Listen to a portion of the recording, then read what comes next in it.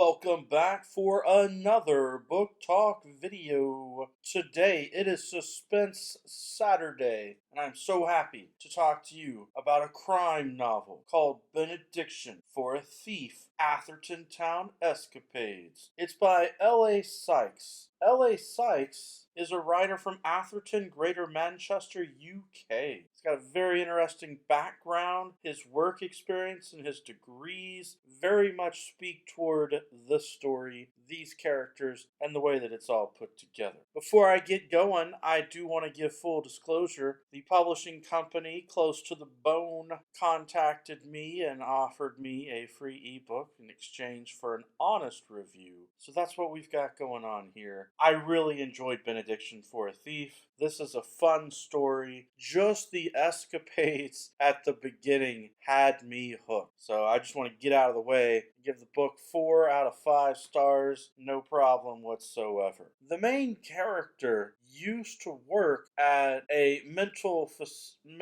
psychiatry, mental health facility, and he got into some problems and had to quit his job, and he's decided to become a private eye. I mean, why not? Why not just start a new career, hang up a sign, become a private detective? He figures he's got some contacts, he can make it work. But he doesn't go to become a private eye, I guess, in a big city, huge metropolitan area. Instead, he's in his hometown, Atherton, where I guess he knows everybody. He knows the local druggies and the people who would be involved in various criminal situations. So it's rather easy for him to try and figure things out. Right from the get-go, when he gets his first client, his first customer, it's a woman who wants him to investigate whether or not her husband's cheating on her, which she very much believes that he is. She wants some sort of evidence so that I guess she has the upper hand in telling him to leave and getting a divorce and all of that. Sounds like the typical detective crime noir kind of story where a PI is hired for just that sort of thing. But this guy is not your typical private eye. Oh my goodness. The way he goes about collecting his evidence is one of the most horrible, blasphemous things that I've ever heard of for someone who's supposed to be a professional private eye. And that's one of the things that you realize reading the story as you're listening to the narrative and figuring out what you're being told. This guy is not a professional. He's got a lot of issues, done a lot of things in his past. And at one point in the narrative, he actually admits to himself, he starts to make excuses of his schooling and different decisions that were made, but he really kind of admits to himself that it's his own fault that he ends up in these situations. Also, as a character, he's got some interesting friends. Normally in one of these detective novels, there's at least one cop that the character knows that they can trust and rely on, and sure enough, that's true in this case, but it's not your normal, desk jockey professional cop. Again, we've got a guy that seems completely corrupt, like a druggie, into all kinds of stuff, but I mean,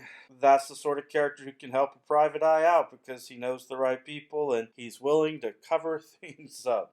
He's willing to help a buddy out in some respects. What really fascinated me was the plot did not follow the typical detective plot after that. I was really happy that after that basic premise, that it rejected a normal plot and instead was just this crazy fun crime adventure story where in dealing with that original situation he was hired with, there were other things that happened along the way that caused him to realize other steps he needed to take. And ultimately, he ends up helping out a friend who was a boxer whose career got messed up because of his drug addiction. And there's this sweet little story of him helping his friend overcome that addiction and try to have an actual professional boxing career again. Though, as I'm sure you can imagine, crime stories with boxers in them can get complicated with the criminals and all the stuff involved. So the story was fun the way that unfolded. So normally this is kind of the book that I think you could read in just 1 or 2 days. And each time that I sat down with this book, I was enjoying what I was reading as a crime novel. Though